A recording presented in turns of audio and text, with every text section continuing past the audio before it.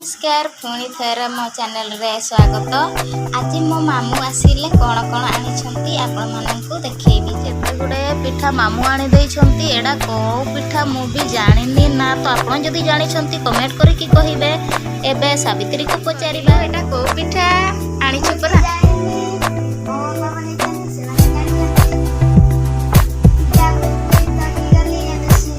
हौ ठीक अछि, चलंतु मामू को पचारिबा को पिठा बोली।